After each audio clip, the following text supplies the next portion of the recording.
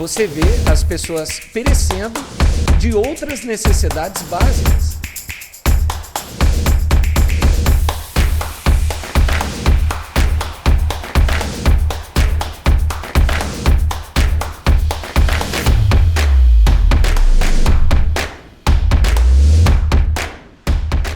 Olá pessoal, estamos hoje fazendo uma edição especial desse novo canal de comunicação, o Diz aí Diego Garcia. Nós lançamos recentemente pelo Spotify e hoje é uma programação toda especial e eu quero convidar vocês aí a ajudar a divulgar essa forma diferente que a gente vai estar trazendo aqui notícias, falando sobre política, fazendo comentários sobre a atualidade, sobre aquilo que nós estamos vivenciando no nosso país. E eu fiz o convite aí para duas pessoas muito especiais que estão aqui, que vão participar desse bate-papo. Está aqui meu amigo Paulo Briguet, ele que é jornalista, editor-chefe do Brasil Sem Medo e também colunista da Folha de Londrina. Obrigado, Paulo, pelo aceitar o convite. Muito obrigado, Diego. Eu fico muito contente de estar aqui com vocês e vamos conversar bastante hoje. Bastante. Assunto não falta, né? Assunto não falta, né, Paulo? E também Brás Oscar, né, que eu conheci ele pessoalmente através da minha esposa, né? A minha esposa falou: Diego, olha quem está vindo para o Brasil, né? Tem que conhecer ele, você tem que conhecer ele. Nós compramos o passe dele lá no Brasil. Comprou o passe dele, né? E cientista político, jornalista também do Brasil Sem Medo. Obrigado, Brás. Eu que agradeço. Eu sou analista político, Analista. cientista ainda não. Cientista político é o Silvio. Bom, coisa boa, né? Muita coisa acontecendo nesse momento no nosso país e a gente quer falar hoje, abordar um pouco sobre essa questão das nossas liberdades, né? Estamos vendo aí muitas coisas sendo retiradas, muitos direitos nossos que estão sendo retirados no nosso país, um momento complicado, difícil. E eu gostaria de iniciar até, não sei se vocês viram aquela notícia que saiu nessa semana, inclusive eu publiquei também nas minhas redes sociais sobre a Suíça, que ela tomou uma decisão de tirar praticamente quase que todas as restrições com relação à questão da pandemia, tirando o uso, por exemplo, de máscara, e um país com um detalhe que tem uma população que eles consideram, né, totalmente vacinados, que agora tem isso, né, tem o vacinado, totalmente vacinado, e o vacinado com reforço. Então, mas eles têm uma população com índice proporcionalmente menor que no Brasil. E no Brasil a gente está vendo justamente um caminho oposto, né, de mais restrições, impedindo ainda mais a liberdade individual das pessoas. Nós vemos aí um momento difícil, né, Paulo? Olha, Diego, para falar sobre liberdade, nós temos que lembrar uma frase de um sujeito chamado Saul Alinsky. Saul Alinsky é o grande guru da esquerda mundial. O grande guru da esquerda, Saul Alinsky. Era um sujeito muito misterioso que viveu nos Estados Unidos. Se eu não me engano, ele morreu em 1970, né? Isso. E ele tinha uma frase muito interessante. The issue is never the issue. The issue is always the revolution. Traduzindo, o assunto nunca é o assunto. O assunto é sempre a revolução. E aí as pessoas falam, mas que revolução? Né? Qual é a revolução que está acontecendo agora? O nome dessa revolução que nós estamos vendo acontecer no mundo hoje, o nome dessa catástrofe que está se abatendo sobre o mundo hoje é governo mundial. Exatamente. Então, tudo isso que nós temos visto acontecer, não apenas no Brasil, mas no mundo inteiro, está ligado a essa noção de governo mundial e a uma outra noção que é importantíssima, que é de controle social. Controle social. Então, toda essa questão da vacina, ela não se refere à saúde pública, ela se refere a controle social. Então, ontem mesmo, eu vi o Bill Gates, que a gente trata carinhosamente por, como é que é o Gui? É o Gui Portões, né? Gui Portela, né? Ele estava lá no Paquistão, sabe, no Paquistão, conversando com o primeiro-ministro do Paquistão e tratando, você sabe de quê? Vacinas e lockdown. Quer dizer, essa questão da pandemia, ela está sendo usada como pretexto. A pandemia existe, ela é trágica, ela causa mortes, né? Ela é preocupante, mas ela está sendo usada para controle social. Então, isso é uma coisa que precisa ficar muito clara para nós. Controle social. E o que é o passaporte sanitário? O passaporte sanitário é isso.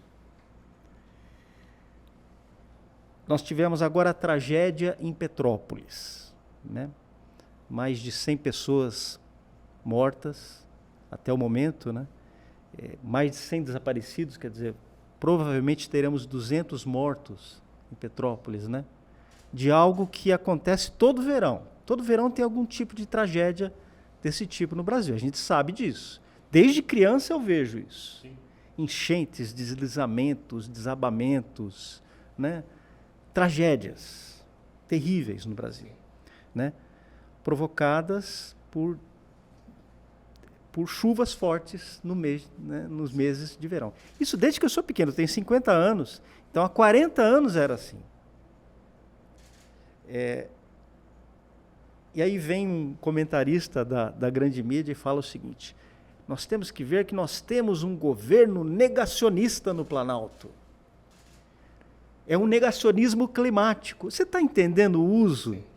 Ou seja, eles estão transformando a questão do negacionismo que eles aplicaram até agora à pandemia, né? Esse termo, eles estão aplicando agora a questão do clima. Você está entendendo como a substância do passaporte não é a saúde, é o controle sobre as pessoas? O controle sobre as pessoas é o mais importante, não é, Brás? Porque assim, todo governo, todo ato do Estado, né, quando ele passa sempre de uma fase para outra fase, a gente, né, pega como eu já dei alguns cursos na área de história, cursos livres, né, na área de história, enfim, pesquiso, trabalho também, né, como pesquisador ali na área de história medieval e tudo mais. E você percebe que sempre que essas transições, Império Romano, Alta Idade Média, Baixa Idade Média, o Estado ele nunca se movimenta em direção a menos Estado. O Estado ele sempre se movimenta em direção a mais. O Estado nunca cria uma lei que não seja pró-Estado. Ela pode até beneficiar o cidadão, mas ela também é pró-Estado. O Estado sempre é pró-Estado. E o Estado depende do quê? De controle. Só que a gente está vivendo num novo período que começa meados do século XX, a partir da década de 60, mais ou menos, que é um híbrido, é um formato novo de Estado que a gente está chegando. Que foi aquilo que o professor Olavo de Carvalho definiu como metacapitalismo, né? O que o professor Olavo de Carvalho chamava de metacapitalismo? São pessoas tão ricas, mas tão ricas, que as regras do livre mercado não se aplicam a elas. Então elas criam, através do Estado, uma espécie de simulacro de livre mercado, no qual nós vivemos. A gente vive e não faz de conta de livre mercado. Mas são eles que ditam as regras desse livre mercado de brincadeirinha que a gente vive. E essas pessoas criaram um híbrido, né? um minotauro, um híbrido ali de corporação e Estado. Então por que o Bill Gates, por exemplo, que é um empresário, está negociando com o primeiro-ministro do Paquistão? Por que empresas como a Meta, né, antigo Facebook, tem relações tão próximas com o governo chinês, ou mesmo a Apple e tudo mais. Porque as corporações são tão grandes que os estados, para permanecerem, para se manterem, porque só existe estado também quando a população sente necessidade de que haja um estado, para tutelá-lo por alguma coisa. E para o estado tutelar as pessoas, o estado precisa criar necessidades para as pessoas. Só que existe um poder que se equipara a isso, que é o poder das grandes corporações. Então a gente vive num período que isso que as pessoas chamam de nova ordem mundial, né, que virou um termo, às vezes, até um tanto quanto exagerado. Eu brinco, né, o pessoal pensa assim, a nova ordem mundial, eles pensam que juntam-se ali 10 velhos multimilionários numa torre no centro de Nova York e planejam como nós vamos dominar o mundo hoje. Né? Seria bem legal se fosse tão infantil desse jeito. Mas a coisa não é. Esse deep state, né, esse estado profundo, que é o que movimenta o Estado, de fato, que é o que dá o suporte, o apoio ao Estado, ele não respeita muito fronteira, as burocracias estatais não se aplicam a eles, e eles sabem que, de certa maneira, eles precisam ainda dessa cobertura, desse verniz de legalidade do Estado para agir, e, ao mesmo tempo, o Estado precisa da capacidade financeira de ação das grandes corporações. Então, a nova ordem mundial é uma coisa muito velha. Você imagina que para um celta que estava lá na Península Ibérica, andando de tanga, cuidando das suas cabras, lá nos Pirineus, quando chega o Império Romano, com estrada, viaduto, câmara, fórum, escola, tribuno, senador, plebeus e patrícios, que diabos era aquilo? Era a nova ordem mundial chegando.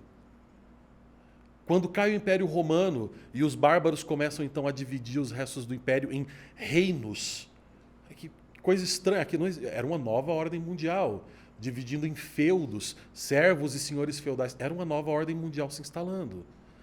Revolução Industrial depois, enfim, tudo isso são novas ordens. E o que é essa nova ordem mundial que a gente tem agora? É esse período híbrido entre corporações e Estado, no qual você é um misto de funcionário e cidadão, e a gente vê isso funcionando muito bem, por exemplo, dentro da China, né? Sistema de crédito social, recompensa, tudo mais e tal. E o que acontece? Sempre que existe um evento que marca toda a entrada de uma nova ordem mundial, é uma guerra. A função de uma guerra, ela não é matar pessoas. Ela não é partir para o combate. A função da guerra não é exatamente a guerra. É aquela expressão que o Fernando Pessoa usa, o bellum sine bellum, né, em latim, a guerra sem a guerra. O objetivo da guerra não é a guerra. O objetivo de uma guerra é aquilo que sempre acontece depois dela, a reconfiguração da economia, da sociedade e da cultura. Toda grande guerra, ela tem como resultado final uma reconfiguração cultural, econômica e social. Século XX, a gente começa com a Europa ouvindo Chopin e Liszt nos salões de Paris. O piano era a maior revolução que existia. Você ia para um café e você tinha um instrumento capaz de reproduzir as harmonias, a parte rítmica, a parte melódica, os graves e os agudos de uma orquestra dentro de um café, enquanto você tomava café civilizadamente, escutava aquilo. Em 20 anos, a Europa que escutava Schubert, Chopin, Liszt, estava ouvindo jazz. Tem gente que fica brava quando eu falo isso, e eu posso falar com propriedade porque eu sou músico. Jazz é quase que, tipo assim, batuque perto de música clássica. Essa mudança na maneira de pensar, uma Europa que dorme escutando música clássica e acorda ouvindo jazz na entrada do século XX, é uma Europa que não tem mais tempo para assistir uma peça de 3 horas de música clássica.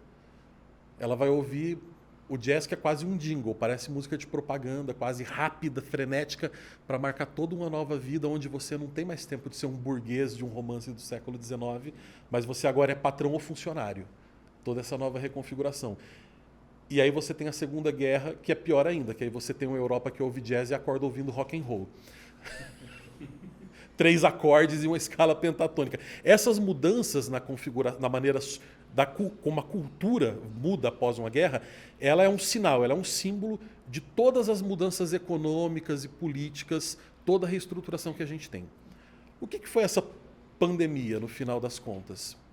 Se você parar para pensar, reconfiguração, a gente traduz ela perfeitamente em inglês para reset. O grande reset. O que é o grande reset que eu não falando? É isso, é uma nova grande reconfiguração. Isso não é nenhuma surpresa, nenhuma teoria da conspiração. Isso é anunciado pelo sistema, é anunciado às claras. Se você estudar a história do século XIX e do século XX, a gente passou por dois big resets já. Esse é só mais um. Só que você não precisa necessariamente puxar o gatilho para acontecer. E o cidadão que está vivendo todo esse drama, porque isso se traduz o quê? Na nossa vida cotidiana. É o cidadão que não pode trabalhar, que é demitido do seu emprego porque se recusa a utilizar uma determinada substância. É o cidadão que não pode se locomover. Né?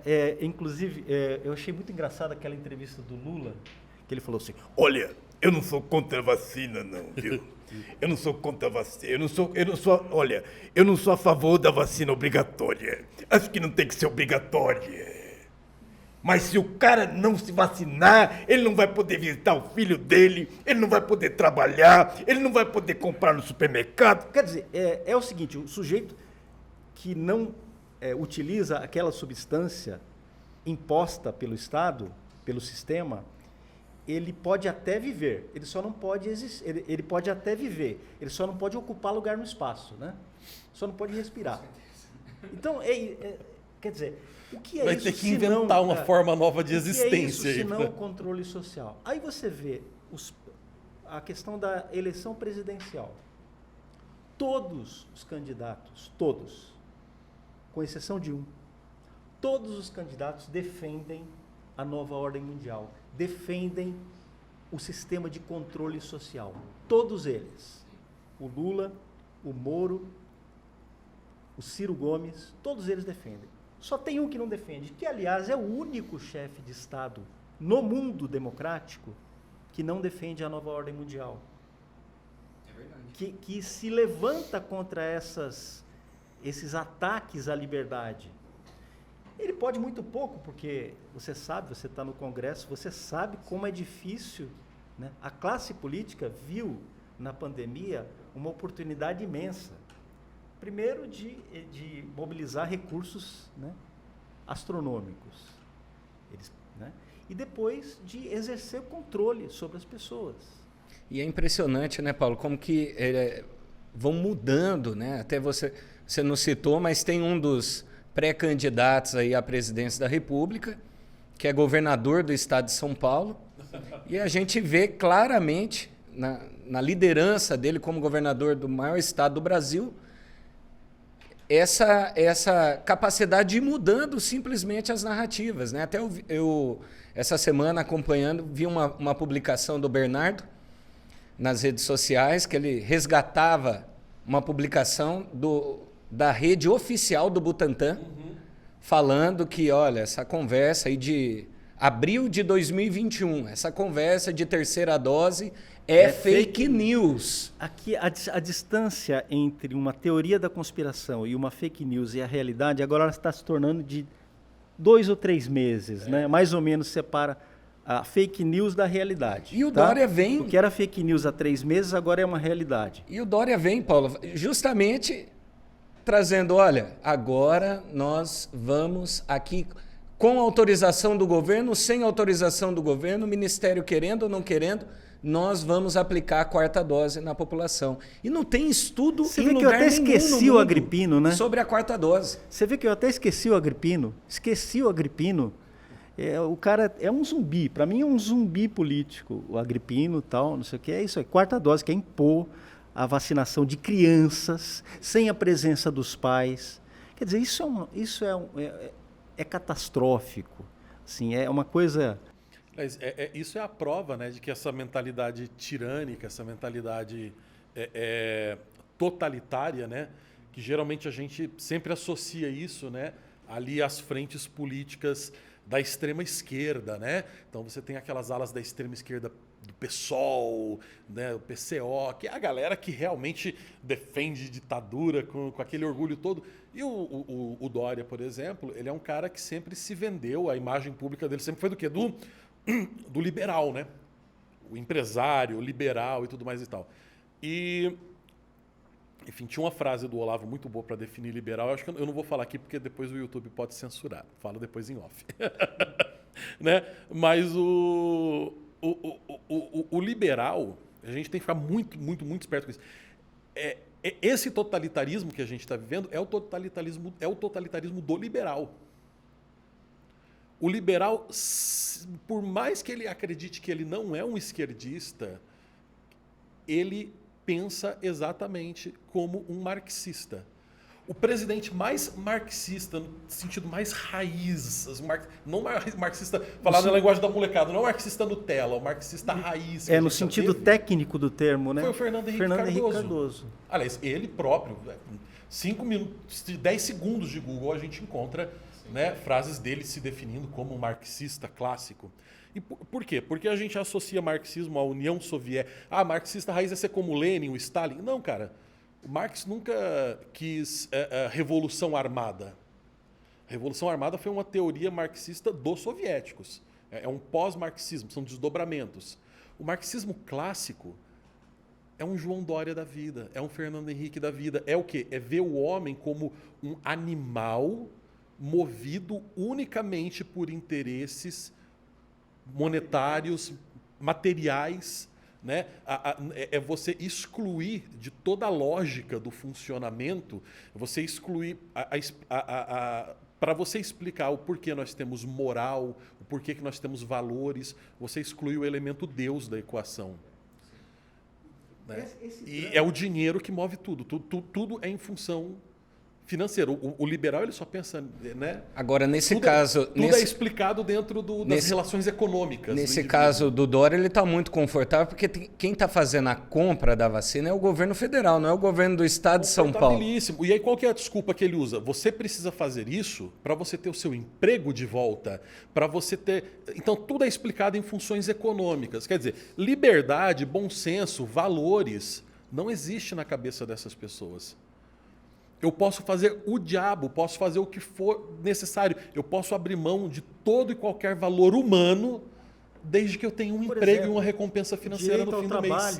O direito ao trabalho, o pátrio poder, você decidir o que os seus filhos podem, qual o tratamento, qual a substância que os seus filhos podem ou não podem ingerir. Tá? Isso é o pátrio poder, é algo criado por Deus. A família é algo criado por Deus. O Estado não foi criado por Deus. Vai falar em Deus lá na Faria Lima, vai. O Estado foi criado pelos homens, né? E eles estão, porque eu acho que essa é a discussão principal. O que nós estamos vendo agora é o cidadão comum sendo alvo de ataques às liberdades fundamentais que foram concedidas por Deus. É Deus que concedeu o livre-arbítrio, foi Deus quem concedeu o livre-arbítrio ao homem. Ele concedeu isso. Isso é um direito natural, como dizia São Tomás de Aquino, inscrito no coração do homem. A liberdade, ela está inscrita no coração do homem. Depois vieram as leis positivas, né? A Constituição, a nossa Constituição, por exemplo, que defende a liberdade. Mas tudo isso é uma consequência de algo que já existe. Constituição não é sempre boa. Leia a Constituição chinesa, por exemplo. No primeiro parágrafo eles falam, isso aqui, a China é uma ditadura democrática. Quer dizer, o que pode sair de bom daí? Nada, né? Absolutamente. Agora, todo esse drama que o Brás muito bem descreveu aqui, esse drama histórico que nós estamos vivendo, que tem consequências diretas para a vida do cidadão, ele pode ser resumido no seguinte: a guerra que nós vemos, o confronto que nós vemos hoje, é entre 3 grandes grupos que disputam a hegemonia mundial. O grupo globalista, daqueles homens tão ricos que já que já não querem saber mais de livre mercado, né? O dinheiro... Eles determinam o valor do dinheiro, aliás. Eles têm poder de determinar o valor do dinheiro. A preocupação dessa gente não é ganhar dinheiro. Já superaram essa fase. Já passaram essa fase. A Big Pharma não está preocupada em ganhar dinheiro com a pandemia. Esse é o chamado bloco globalista ocidental. Aí tem o bloco eurasiano, que é o antigo, o clássico comunismo. Que hoje... A boa e velha articulação Rússia-China. O bloco eurasiano, Rússia-China, que hoje é capitaneado pela China. E o bloco islâmico, o que quer estabelecer o califado universal. Esse é outro que também disputa o poder hegemônico mundial. Onde é que surgiu toda essa tragédia da pandemia? Numa cidade chamada Wuhan, na China. Todas as evidências apontam para a criação artificial do vírus em um laboratório na China comunista. E com financiamento de quem? Dos grandes grupos globalistas. Porque esses 3 blocos, eles às vezes se aliam. Os mesmos que estão apresentando as soluções agora. Estão apresentando as soluções. Eu passo de manhã na tua rua quebrando a tua janela. Eu quebro a tua perna e depois te ofereço uma muleta. É isso. É basicamente, para simplificar bem, é isso. Exatamente. Né? E eles que estão oferecendo a solução agora. Você percebe que esse confronto, essa guerra, porque às vezes, foi existem bom aliados. para todo mundo, né? É como no 1984 do George Orwell, que nós estamos vivendo hoje. Né? No 1984 tem 3 grandes potências que ficam, às vezes, se aliando e, às vezes, guerreando umas com as outras. É o que nós estamos vendo agora. Agora, você pode me perguntar, mas e aí, Paulo? Como é que a gente faz para superar isso? Só tem uma coisa que supera isso. Cristianismo. É o cristianismo. É o único inimigo em comum. Sério. É o único de tudo isso que ele citou. O que tudo isso tem como inimigo em comum? O cristianismo. Os valores da civilização judaico-cristã. E eu sei que você conhece bem esses valores, Diego. Tá? São aqueles que fundamentam a nossa. É só através dos valores que fundamentam a nossa civilização que nós vamos conseguir fazer frente a esses ataques. Entende? É preciso ter coragem, né? É preciso que nossas lideranças, principalmente cristãs, comecem a falar, porque nós vemos que há muito medo, né? Até de se expressar. O medo de ser silenciado, de ser calado, o que vão dizer de mim se eu me posicionar sobre isso e sobre fatos que são bem óbvios, né? Acho que está mais do que claro para o Brasil todo que essa vacina, que não teve atualização alguma até o momento, né? Agora, enquanto as variantes vão mudando da Covid, a vacina continua sendo a mesma, demonstrando que é totalmente ineficaz. Nós temos provas, por exemplo, aqui em Londrina, disso. Hospitais em que os profissionais de saúde estão já com dose de reforço há bastante tempo e que estão ficando com equipes esvaziadas, justamente porque todo mundo está testando positivo. E até quando, Paulo, você acha, Braz, que essa narrativa ela vai se sustentar, que o brasileiro vai continuar aceitando isso, aceitando a continuidade, porque é dinheiro público. A vacina não está caindo do céu. Essa droga experimental não está vindo porque as grandes empresas, as grandes indústrias farmacêuticas que estão preocupadas com a saúde da população, então nós estamos dando aqui a nossa contribuição. Só das crianças, o custo é de $18 por dose. Foram 20 milhões de doses. 20 milhões de doses, Brás. Agora, um passeio em qualquer cidade do Brasil, você vê as pessoas perecendo de outras necessidades básicas, né? De necessidades, por exemplo, aqui só na nossa cidade aqui em Londrina, nós temos mais de 4.000 famílias à espera de moradia. e o dinheiro público está sendo aplicado junto a uma droga que não demonstra a sua eficácia, não impede infecção, não está impedindo, inclusive, de que pessoas evoluam para um estado grave. E até quando vocês acham que isso vai perdurar no Brasil? O que tem que acontecer, Paulo? Nós temos que quebrar a espiral do silêncio. Existe hoje uma espiral do silêncio. Eu vou dar um exemplo aqui de como funciona a espiral do silêncio. Distrito Federal. A Secretaria de Saúde do Distrito Federal vinha divulgando os números de mortes por Covid no Distrito Federal nas últimas semanas. E vinha divulgando simultaneamente a situação vacinal das pessoas que vinham a óbito por Covid.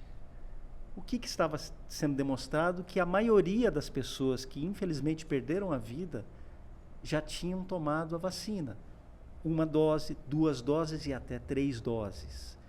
Um percentual ínfimo dos mortos por Covid no Distrito Federal era de não vacinados. O que aconteceu? Até porque a maior parte da população já está vacinada, igual aqui no Paraná. O que aconteceu? A grande mídia, né? Por isso que existe o Brasil Sem Medo, para romper a espiral do silêncio da grande mídia. Tem um nome mais bonito que eles deram agora. É o consórcio da mídia. Na minha época isso chamava cartel. Eu ia falar, antigamente na minha época cartel. isso chamava cartel. Agora o tá nome bom? é o consórcio Agora é o da mídia. Olha que bonito. O consórcio disse que divulgar esse tipo de número, divulgar esses dados, estava favorecendo o discurso anti-vacina. E o governo do Distrito Federal... Muita cara de pau, né? E o governo do Distrito cedeu e parou de divulgar a situação vacinal das pessoas que morrem. Pode divulgar o número de mortos, mas não pode mais dizer se as foi pessoas estavam vacinado vacinadas ou se não ou foi vacinado. Entendeu? E aí tem aquele truquinho verbal também, desculpe, mas um truquinho vagabundo, que é o seguinte, que o Bernardo Kister escreveu um artigo sobre isso. É um truquinho de linguagem, né? Eles mudam o significado do termo não vacinado. Sim. Se o sujeito não recebeu as 3 ou agora 4 doses, ele é considerado não vacinado. O sujeito recebeu, às vezes, 2 doses, mas ele é não vacinado. É para fazer a estatística parecer. Não, o número de não vacinados é enorme. Mas o que é não vacinado? A não vacinada é quem não tomou, sei lá, 4, 5, 10, vai esticando o número, né? Agora, Brás, quem mais está em silêncio? Quem vocês acham, na opinião de vocês, que tinha que, nesse momento, está tomando a linha de frente e falando? Infelizmente, a maioria dos seus colegas parlamentares. Deputados, senadores. Você é uma exceção, a gente sabe disso. Tem tido a coragem, e a coragem ela é a virtude mais importante, porque ela é que permite todas as outras. Tem deputados que realmente estão falando, né? Estão falando sobre essas realidades. No Senado não vejo ninguém, por exemplo... O Senado aprovou por unanimidade o passaporte sanitário. Se juntar essa galera toda, não dá para lotar uma sala, né? Uma Kombi. Não dá para fechar uma Kombi. Botar os deputados que estão denunciando. Então, a classe política tem sido conivente com essa espiral do silêncio. E aí entra governadores, deputados estaduais, prefeitos, até porque aquela DPF do Supremo, que tirou a prerrogativa de tomada de decisão do governo federal sobre as questões da pandemia, deu essa competência a estados e municípios. E a gente vê esse silêncio, a gente vê vereadores que não sabem o que fazer, que não sabem como reagir a essa situação. E existe uma coisa que é muito interessante, porque às vezes para o sujeito que está aqui em Londrina ainda é um grande centro, então a gente sempre tem uma boa movimentação de deputados e senadores do estado do Paraná por aqui. Você pega pessoas de cidades menores, é mais difícil para o sujeito ter acesso aos deputados, aos senadores. Mas, cara, o vereador é o cara do bairro dele. Sabe? Numa cidade pequena, o vereador é o cara que estudou com ele. Você tem acesso a vereador, a secretário de saúde, e não só isso. Autoridades dentro da polícia, porque o que a gente viu de abuso por parte também de guarda municipal, de todo esse tipo de coisa durante a pandemia. E é muito mais fácil, às vezes, você fazer pressão, exigir. Não estamos falando de atos violentos, estamos falando de você realmente organizar entidades, associações, fazer documento, pentelhar na internet mesmo o sujeito, sabe? Ali da tua cidade, o teu vereador, o teu secretário de saúde, o teu prefeito. Porque o Brasil tem esse negócio também, né? Parece que assim, existe Brasília que governa para um Brasil hipotético, e aí você tem os muitos Brasis reais, né, num município, porque cada município se autogoverna de uma maneira muito, muito estranha, né? E esse protesto, às vezes, digamos assim, organizado e em menor escala, mas multiplicado a nível municipal, ele às vezes funciona muito mais do que todo mundo tentar fazer uma grande pressão sobre Brasília. É aquela situação que acontece, que o Gene Sharp, né, relata naquele livro...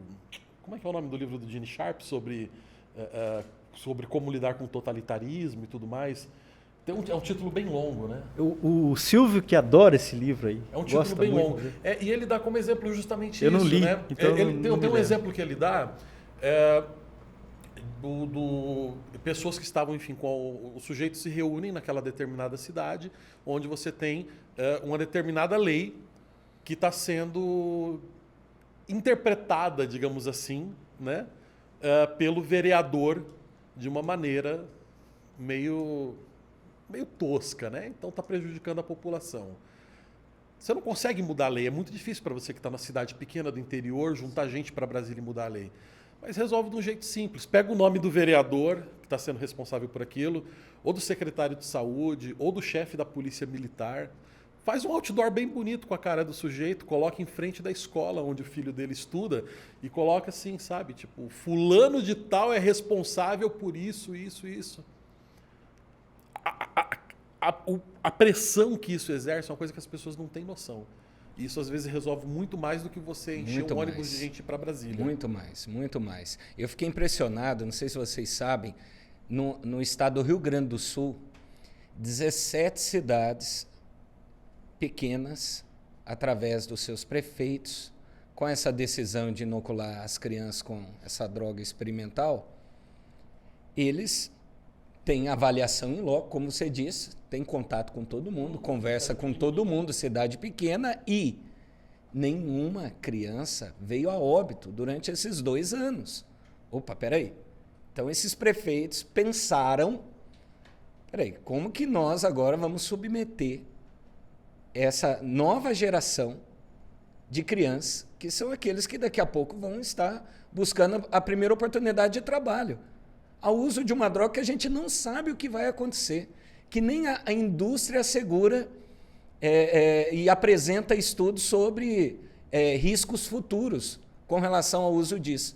Então, o que eles fizeram? Além de assegurar a liberdade da população, das empresas, impedindo ali na cidade a exigência aí do chamado passaporte sanitário, eles colocaram o termo de consentimento.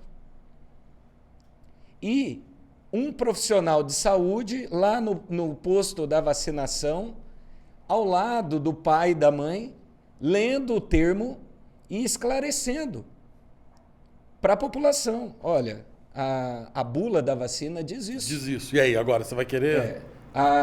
O contrato diz que eles não se responsabilizam. O Ministério da Saúde também não. Se você, ciente disso, mesmo assim quer inocular o teu filho, assina aqui. E, obviamente, que isso não está acontecendo. Mas porque esses prefeitos tiveram a inteligência, a responsabilidade de informar a população da verdade, porque nem todo mundo tem acesso a esses canais de comunicação.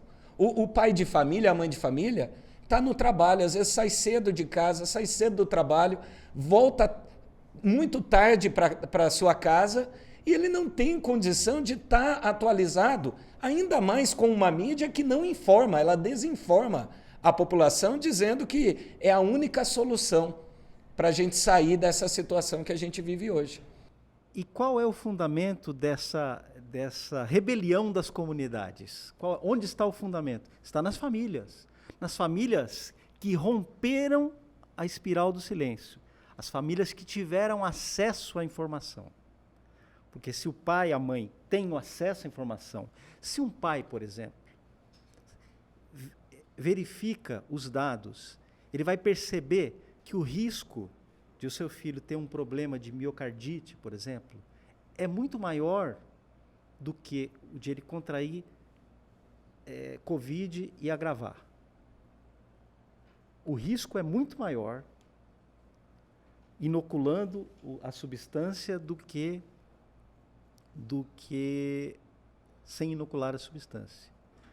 Eu não inoculei a substância, Diego. Eu tive Covid.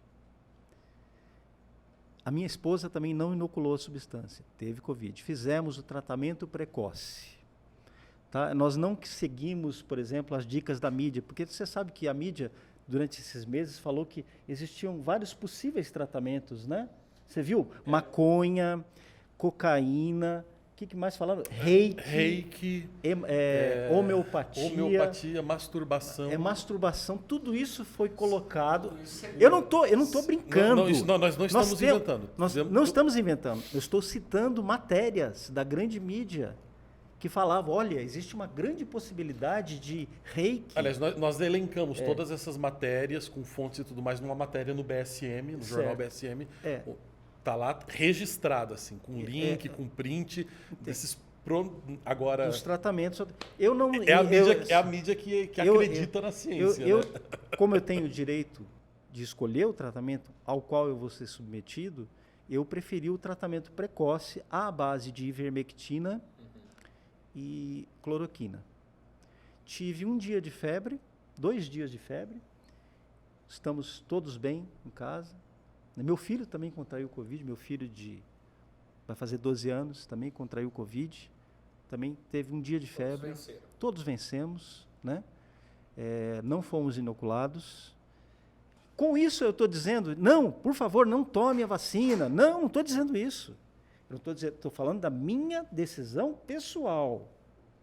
Decisão pessoal que eu tomei dentro da minha casa, de maneira racional, e analisando todos os elementos. Existem pessoas que eu respeito muito, que eu amo, que decidiram tomar a substância, tá? E que estão bem hoje. Ótimo. Essa decisão tem que ser deixada para as pessoas. É uma decisão que compete às pessoas. Não estou fazendo discurso anti-vax, né? Agora, elas precisam, pelo menos, ter a chance de serem informadas. É o mínimo. E aí, fazer a comparação. Olha, os riscos são esses, né? Não, eu vou arriscar. Eu acho que vale a pena a pessoa decide falar, não, eu acho que, pelos riscos e benefícios, eu acho que Agora, vale eu queria entrar num ponto que eu considero muito importante, toda essa discussão. Quando o vulgo projeto que trata aí do passaporte sanitário, ele chega à Câmara dos Deputados, ele chega sobre aquela narrativa, olha, isso é importante porque vai movimentar novamente a economia, vai fomentar a geração de empregos, vamos ter eventos, shows, retornando às atividades. Veja quantos cantores que têm tantos funcionários que estão agora parados, empresas que quebraram, e o passaporte vai trazer essa segurança. Foi assim, foi com essa narrativa, e isso está em entrevista, por exemplo, o autor do projeto, que é um suplente de senador, que virou titular com o falecimento do senador do Rio de Janeiro, o autor do projeto no Senado, num debate com a deputada Cristonieto do Rio, ele fala sobre isso. Ele fala que o objetivo do passaporte sanitário é para fomentar a geração de empregos, para ajudar as empresas, para ajudar eventos, shows. Só que não precisou de passaporte sanitário para os shows acontecerem, né, Paulo? Então, nós vimos aí Daniela Mercury, tantos outros famosos aí que aglomerando sem máscara. Tem uma pergunta bem simples que você tem que fazer para esse deputado. Olha, a gente precisa do senador, a gente precisa do passaporte para a economia voltar a funcionar. Mas, vem cá, por que a economia parou de funcionar mesmo? Ah, é aquela história. Vocês quebraram as pernas e agora vocês estão assim, olha, esse sujeito da perna quebrada, cuja perna eu quebrei, ele precisa dessa muleta que eu estou oferecendo para ele voltar a andar. Sendo que a perna foi quebrada sem motivo. Universidade de Johns Hopkins, uma pesquisa de um cientista da Universidade de Johns Hopkins demonstrando que o lockdown foi ineficaz. Johns Hopkins é a mais importante instituição de pesquisas médicas no mundo. É uma das faculdades de medicina mais importantes do mundo. O link Johns da pesquisa está, inclusive, numa matéria do BSM, para quem quiser matéria do ler BSM, a tá pesquisa lá. completa. E veja, mas isso aí é fake news. Bom, não é assim que pensa, por exemplo, a porta-voz da Casa Branca. A porta-voz da Casa Branca recebeu essa pesquisa, falou, não, realmente a pesquisa é verdadeira, mas a culpa é do Trump. A culpa foi do Trump que fez os lockdowns. Então, você quer ver, é a prova maior, né, de que realmente a pesquisa é séria. Agora, Paulo, né? Show da Daniela Mercury, pode. Outros shows que aconteceram aí, aglomerando pessoas, todo mundo um do lado do outro, abraçado, beijando, beijando em palco. Isso pode. Agora, o aluno na escola pública, ao lado do outro aluno, retornando às aulas, às atividades, não pode. Alfabetizar nossas crianças que estão em fase de alfabetização, aqui no Paraná, são inúmeras as cidades que as crianças estão há mais de 2 anos fora da sala de aula. O pai, Brás, ele é convidado a passar na escola, pegar o caderno de atividades e ele leva para casa, deixa lá com o filho e toda semana ele vai fazendo isso. Essas crianças, outro dia eu estava ouvindo um relato de um motorista de Uber, a minha esposa estava no Uber e ele começou a contar, porque minha esposa estava com a minha filha e ele começou a contar, tua filha já... Conversar com a minha esposa e falar, tua filha já lê? Sim, ela lê. Quantos anos ela tem? Ela tem 6 anos de idade. Eu acabou de sair aqui do carro, uma pessoa com a filha, na 3ª série. E eu perguntei para ela, voltou para a escola? Voltei. Quais são as vogais? E ela não sabia falar, ela ficou constrangida. Eu parei de conversar com ela, o motorista dizendo, eu parei de conversar com ela porque eu vi o constrangimento da criança e da mãe, e a criança na 3ª série ainda não sabe as vogais. O que fazer? Você acha que tem como mudar isso? Isso está acontecendo no Brasil inteiro, no Brasil todo. Raro algumas exceções de pais que estão antenados e atentos, que estão dando o reforço dentro de casa. Eu, por exemplo, quando meus filhos foram para casa, nós fizemos ali o homeschooling e a Maria Clara, o Pedro, foram alfabetizados dentro de casa. Agora, essa não é a realidade da maior parte das famílias. E essas crianças, infelizmente, não vão ser crianças o resto da vida. Daqui a pouco eles vão estar aí na porta das empresas buscando uma oportunidade. E aonde vão encontrar essa oportunidade? Olha, por que você perguntou, por que ir para a escola não pode e aglomerar no show da Daniela Mercury pode? O nome disso aí é o seguinte, é o teatro da higiene. É o teatro da higiene. Né? A pandemia, como o Paulo disse no começo, ela existe.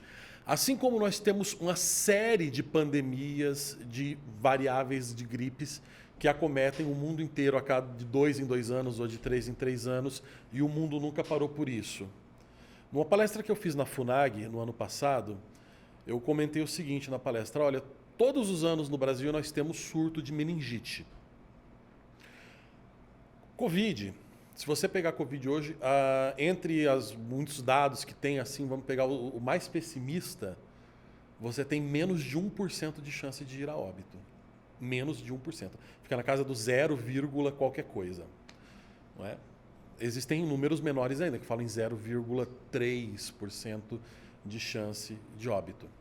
Se você pegar meningite no Brasil, a sua chance de morrer é de cerca de 33,4%, mais ou menos, de acordo com o dado do Ministério da Saúde de 2018, que foi o último dado mais atualizado que eu encontrei. Fora que ou seja, mais ou menos 1/3. Os outros 2/3 sobrevivem, geralmente vão sobreviver com sequela. Pergunta: alguém já parou a sua vida, parou de fazer as coisas, de ir para a escola, de fazer qualquer coisa, de andar com um trapinho na cara por causa de meningite? Não.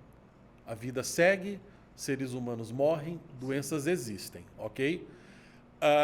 Então, o que acontece? A gente pegou, de fato, uma doença que existe, assim, olha, todo ano tem um surto de doença. Vamos fazer uma coisa? O nome disso é a teoria do holofote midiático. O que acontece? As pessoas elas já não têm, elas perderam, nesse último século e meio, a capacidade de observar, de ter uma imagem da realidade baseado na sua própria capacidade de observar a realidade e descrever a realidade. Isso é o que o filósofo Xavier Zubiri chamava de inteligência senciente. Você descreve a realidade que você percebe através dos seus 5 sentidos. É o nível mais básico e elementar de inteligência que tem. Até isso a gente já perdeu. A gente vive numa coisa, né, que o Maxwell Macomb, que é um teórico do jornalismo aí do século XX, ele chamava de teoria das imagens mentais. As pessoas não percebem mais a realidade através dos seus 5 sentidos, mas elas discutem imagens, quadros, fotografias que elas fazem da realidade que está ali diante dos olhos dela. Às vezes memes. Exatamente. E quem fornece essa imagem mental? A mídia. Então, assim, tem uma árvore aqui na minha frente. Mas a gente não vai ficar ali discutindo e admirando essa árvore. Vem o jornalista e me traz uma foto daquela árvore e eu me sento aqui com o Paulo e a gente fica julgando a árvore por conta daquela foto. Mas do lado de lá daquela árvore, as folhas dela são mais avermelhadas. Não, ela é toda verde. Olha aqui ó, a foto que a mídia fez. Estou dando um exemplo tosco, grosseiro, mas é isso. Ou seja, o indivíduo não começa a observar a realidade dele. Mas como é que é uma pandemia de verdade? Vamos, sei lá, pega, por exemplo, o diário da irmã Lúcia, uma das videntes de Fátima, que viveu durante a pandemia da gripe espanhola. E aí você vê ela descrevendo como que é a realidade de uma aldeia com uma pandemia, um negócio medonho que foi a gripe espanhola, onde toda casa da aldeiazinha de Aljustrel, lá em Fátima, tinha 1 ou 2 pessoas mortas por casa.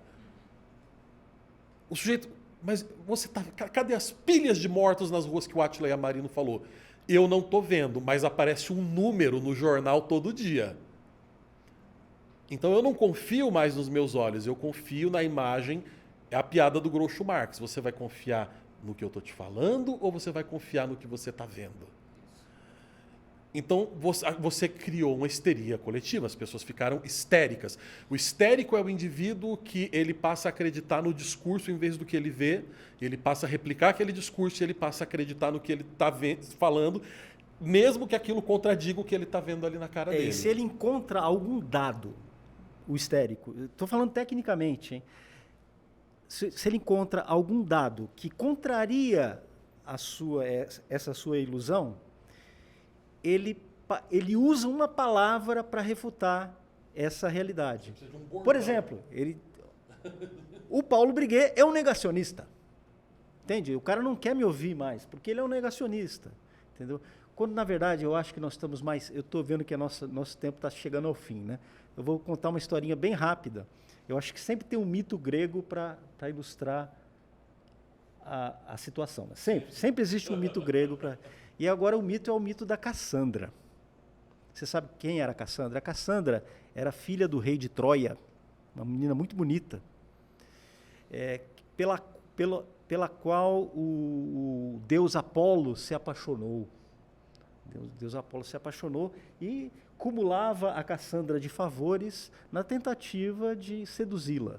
Né?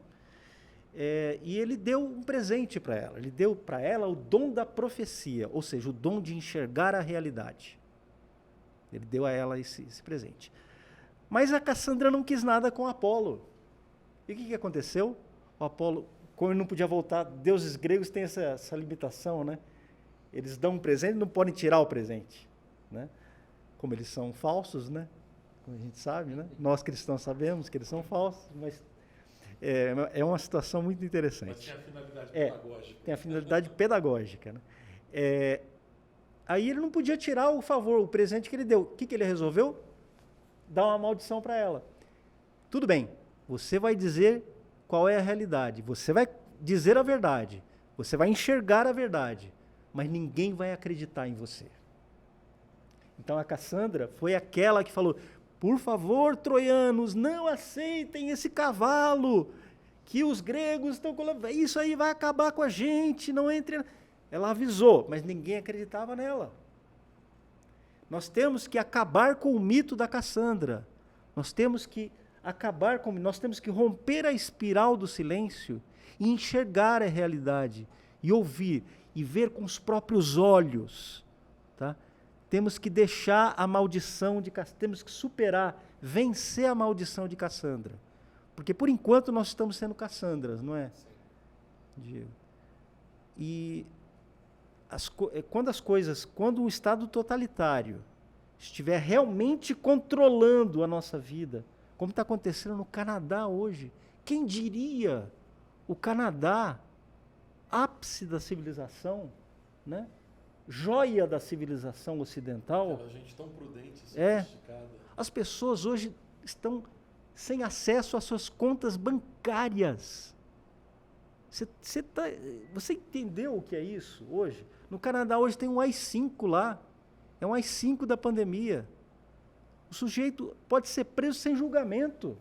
Você acha que pode chegar a esse ponto aqui no Brasil? Mas, entende? É uma questão lógica. Se a gente deixar esse processo continuar, o Lula não está falando abertamente de regulação da mídia? Ele, inclusive, até queria ver o Lula falando sobre a defesa da invasão lá do vereador lá de Curitiba. O vereador, menino tão bom, não sei que você está falando mal dele. Ele estava defendendo... Ele defendeu. Nós não vamos deixar que façam nenhum mal para o nosso vereador. E agora, estrategicamente, o vereador pediu licença. Olha só que espertão. Por motivos de saúde. Que conveniente. Motivos de força maior, pediu licença da Câmara de Vereadores. Não vamos esquecer, porque aquilo foi um crime que aconteceu. Entraram na casa de nosso Senhor Jesus Cristo. Com certeza. Tá? Entraram no nosso santuário sagrado. Tá? Assim como estão querendo fazer com os nossos santuários do lar, com as nossas famílias. Tá? Da mesma maneira que estão querendo fazer. Ter o controle dos nossos filhos, de tudo, de cada um dos nossos passos. Então, é o que querem fazer agora, com o vulgo PL das fake news, que também passou pelo Senado, está na Câmara agora, e o presidente anunciou a votação da urgência do projeto sem passar por nenhuma comissão temática. Isso é um negócio muito interessante. Ontem eu vi os 3 ministros do TSE, o Fachin, o Barroso e o Alexandre de Moraes, o Xandão. Estavam os 3 lá. O Fachin disse que o sistema do TSE é vulnerável a ataques. O Barroso disse que o sistema não é vulnerável. Quer dizer, ou um está falando a verdade, ou o outro está falando a verdade. Não, mas graças a Deus tem o Alexandre de Moraes que foi lá e resolveu a questão. E o Alexandre de Moraes resolveu a questão. Se alguém falar mal, eu prendo. Entendeu? É isso que nós temos. Quer dizer, é um teatro do absurdo. E esses caras estão comandando a eleição. Então nós temos que fazer alguma coisa, porque senão nós vamos acabar no totalitarismo. É verdade. Você tem uma loucura, você tem, enfim, uma histeria. Então, assim, o show da Daniela Mercury, você vai uma vez por mês. Agora, cada pequeno ato do seu dia a dia, levar seu filho para a escola, pegar um Uber, comer num restaurante. São esses pequenos atos que tem que ser regular. Sabe, não é tirar o seu direito de uma vez por mês encher a cara no show da Daniela Mercury. Não, isso aí você vai poder fazer. Tem gosto para tudo, né? Deus me livre, assim, eu nem... Mas enfim, tem quem gosta, né? Assim, não é isso. Isso aí você vai poder fazer, sabe? Ir pra farra, não tem problema. O que a gente precisa controlar são esses seus pequenos atos civilizados do dia a dia que te dão essa falsa sensação que você manda na sua vida, que você manda no seu filho. E que a sua vida tem sentido. Não. Porque, na minha opinião, Brás, o maior crime que foi cometido na pandemia foi tirar o sentido da vida das pessoas. Porque quando um agente do Estado vai lá e lacra e solda a porta de um comerciante, de uma lojinha, tá? De um pai de família, proibindo de ganhar o pão de cada dia, o sustento da sua família, ele está tirando o sentido da vida de uma pessoa. Esse crime é inominável. Inominável. Tanto é que ele não está na Constituição. Tirar o sentido da vida não é um crime que está previsto na Constituição nem nas leis regulares. É um crime que está previsto no direito natural, aquele que foi concedido por Deus ao homem. E existe o símbolo máximo de tudo isso, né? O símbolo máximo dessa coisa da pandemia, que a gente queria, enfim, minha última fala aqui. Quando começou, eu fiz um artigo, né, Paulo, sobre a questão das máscaras, logo no comecinho da pandemia. Né? Muita gente achou que Botei você de máscara, né? Muita gente achou que eu estava maluco, estava exagerando, né? Eu comecei a falar, vocês estão achando que essa coisa vai durar 1 mês, 2 meses, 3 meses? Eu falei, não, isso vai durar anos. Eu falei, como que vocês imaginam que vai crescer uma criança que não vê rostos? Além dos problemas óbvios de dificuldade de fala, de respiração e tudo mais, o seu rosto, ele é o símbolo máximo daquilo que essa gente mais teme, que é a força da personalidade. É uma pessoa. Uma França inteira junta não faria o que um Napoleão fez. O coletivo não tem força. O que tem força é uma pessoa. É a personalidade. Uma Rússia inteira não faz o que o Solzhenitsyn fez. Para dar um exemplo de gente positiva, né? Eu dei um exemplo ruim, não, né? enfrentando o sistema soviético. Exatamente. Tá? Então, quando os caras te obrigam a colocar isso aqui na tua cara, a piada, né, cara? Que um pedaço de pano que você compra ali na loja da Lupo vai te salvar de um vírus mortal. A realidade é o que a gente vive agora. Não segurou essa nova variante mesmo com todo mundo com máscara. Entendeu? O que eles querem, na verdade, é isso. É privar você do seu direito último. De ter uma personalidade. De ter um rosto. É o que o Islã faz com as mulheres quando obrigam elas a... Entendeu? É submeter a tua personalidade. É submissão. É aquela coisa, né? O Orwell que descreveu, né? Como que ele viu o futuro, né? Uma imensa bota na nossa cara. Isso aqui é isso. É a bota do Estado na tua cara todo dia te dizendo você não tem direito de ter uma cara. Você é um número, você não é um homem. Você é uma estatística. Você é um eleitor. Sim. Você é um pagador de imposto. Você é não se refere a gente como pessoas. Você é um contribuinte. Você é um eleitor. Sim. Só que eu não uso. Porque, como dizia aquela série O Prisioneiro, né? Eu não sou um número, eu sou um homem. É isso, é isso. Gente, vamos deixar combinado aí um round 2, como o Tiba fala? Você que manda. Vamos, Paulo? Um prazer. Que maravilha, maravilha. Acho que foi um bate-papo. Nossa, que isso, conversa maravilhosa. Quero que ela tenha continuidade. Por mim, a gente ficaria por muito tempo aqui ainda batendo esse papo. Quero agradecer, Paulo, agradecer você, Brás, que conversa bacana. E gostaria de deixar os microfones aí à vontade para vocês falar um pouco também do Brasil Sem Medo, convidar o pessoal a se tornar assinante, né? Opa, agradeço. E o que é o Brasil Sem Medo, afinal? O Brasil Sem Medo é um jornal fundado em dezembro de 2019, estamos aqui, que reúne uma equipe de jornalistas e de articulistas de alto nível. Um deles está aqui do meu lado, é o Brás Oscar. Os textos do Brás são fenomenais. Jornalista de peso, né? Temos o nosso ex-ministro Ernesto Araújo, é um dos nossos colaboradores. Temos gente muito boa escrevendo lá, o Fábio Gonçalves, estou esquecendo, né? Bernardo Pires Kister, Silvio Grimaldo, Letícia Alves, Nando Castro. Olha, tem muita gente boa lá, que eu não vou falar todo mundo para não ficar devendo, né? É um jornal que se propõe a romper a espiral do silêncio e mostrar a realidade como ela é. Nós somos um jornal de linha conservadora, só que os fatos não são conservadores. Os fatos são os fatos, né? As análises, elas podem mudar, mas os fatos continuam os mesmos. O jornal Brasil Sem Medo é um jornal que prima pela total independência, portanto, nós não temos anunciantes, nós não temos dinheiro de governo, nós não temos dinheiro de grandes empresários, nada disso.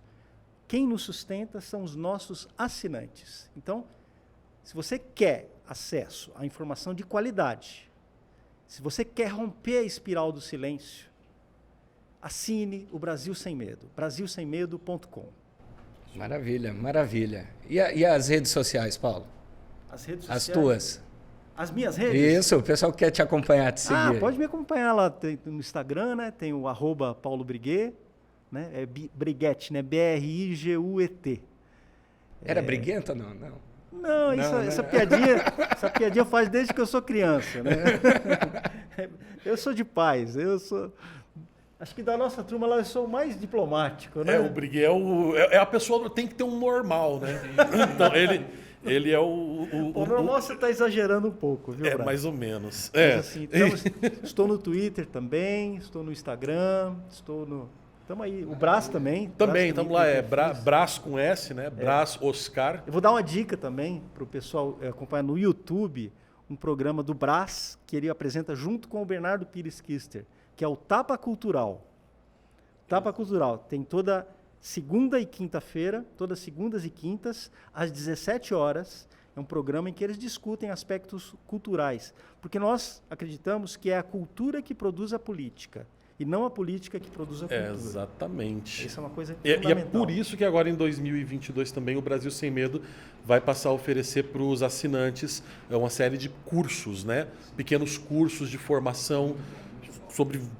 Está vindo muita coisa nova, então conheçam o nosso trabalho, a gente está no YouTube, Instagram, Facebook, né? Tanto nós quanto o Brasil Sem Medo e, enfim, as novidades vão sempre sendo anunciadas por lá. Muito bom, muito obrigado, gente. Quero deixar o convite também para o pessoal acompanhar pelas minhas redes sociais, @DiegoGarciaPR, Facebook, Twitter, canal no YouTube, no Telegram é Juntos com Diego Garcia e no Instagram @Diego Garcia Paraná. E esse conteúdo, né, vamos ter outros episódios, já fica aqui o convite para que você possa estar atento a uma forma descontraída de trazer informação e de trazer temas de interesse da população com gente de muita qualidade, como foi o nosso bate-papo hoje aqui com o Brás e com o Paulo. Muito obrigado. Um forte abraço para todos e nos ajudem aí a divulgar essa nova forma de se comunicar com você, com o cidadão em todo o Brasil.